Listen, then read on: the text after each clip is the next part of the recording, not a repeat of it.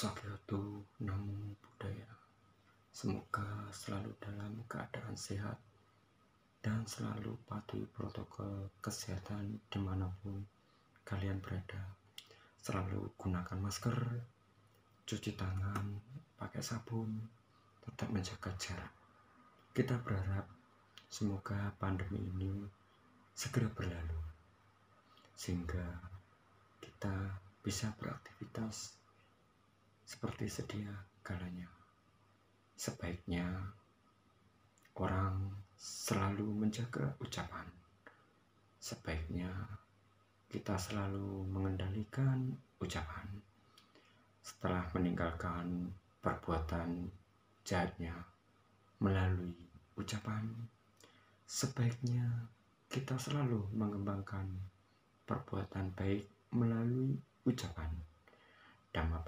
Dhammapada Kondaka Wagga ayat 232. Di dalam sila atau Pancasila Buddhis, sila keempat mengingatkan kita akan kata-kata musyawadah. Kata musa yang berarti dusta dan wadah yang berarti bicara. Maka musyawadah berarti berdusta atau berbohong melalui kata-kata ataupun ucapan. Berbohong ini terjadi saat seorang melihat dan mengetahui kejadian yang sebenarnya dan berkata kebalikan dari peristiwa yang dialami atau dilihat atau kejadian hal tersebut. Ada 4 hal yang dikatakan seseorang itu berbohong, yang dikatakan tidak sesuai apa yang dialaminya atau kejadian yang sebenarnya. Berniat untuk menipu orang lain, berkata bohong sebagai kebenaran. Perkataan diterima oleh orang lain sebagai kebenarannya. Contoh yang sering terjadi pada kita, seorang datang ingin meminjam sesuatu, namun kita tidak mau meminjamkan. Saat kita berkata tidak miliknya, padahal kita memilikinya, maka kita termasuk berbohong. Sebaiknya kita menghindari perbuatan ini. Lebih baik kita berkata, maaf, ini hanya untuk keperluan saya sendiri, tidak untuk dipinjamkan. Nah, itu contoh hal yang baik. Dengan cara berbohong dapat dihindari. Orang yang bermoral akan selalu memiliki pengendalian diri dari berbohong. Apabila seseorang semasa hidupnya suka berbohong, saat kematian tiba, ia akan terlahir kembali di alam yang rendah. Setelah itu, sesuai dengan karmanya, orang ini bisa terlahir kembali sebagai manusia.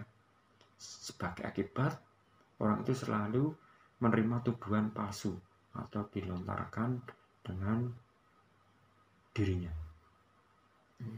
dengan menyadari bahwa setiap orang menjunjung tinggi nilai kebenaran.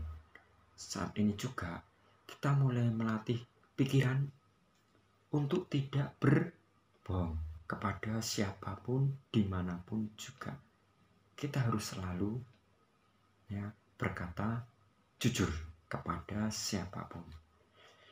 Dalam buku komentar dari Kundaka Pata dan Iti Witaka dijelaskan bahwa manfaat dari berkata jujur.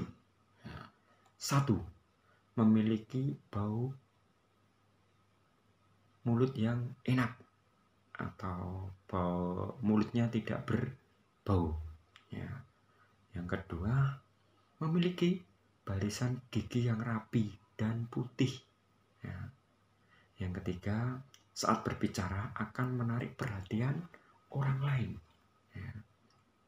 Yang keempat, kata-kata dapat mempengaruhi orang lain. Ya. Yang kelima, memiliki pribadi yang menyenangkan kepada siapapun. Yang keenam, memiliki landasan indera yang baik dan sehat jasmani. Yang ketujuh, memiliki pikiran terkendali, bebas dari stres dan tenang. Ya. Yang kedelapan, mudah dinasihati dan tidak sombong. Ya. Yang kesembilan, lidahnya berwarna kemerahan atau lunak dan tipis. Yang kesepuluh, memiliki postur tubuh yang sesuai dengan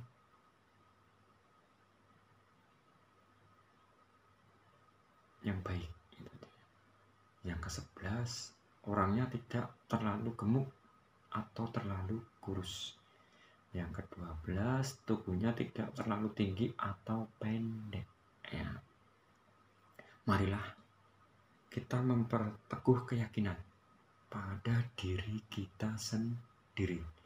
Walaupun masih ada sebagian orang yang berbohong, saya akan selalu berusaha menghindari berbohong. Ya, ingatlah, kita yakin saya akan selalu berusaha menghindari berbohong.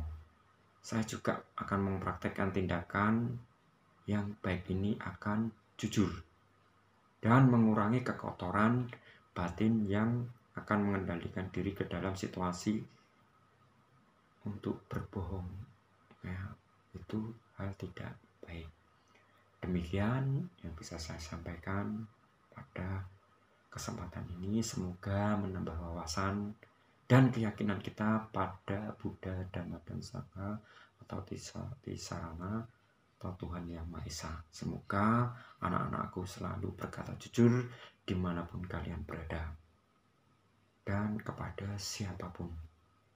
Marilah kita pupuk karma baik sebanyak mungkin sehingga kita akan hidup bahagia dan tentram.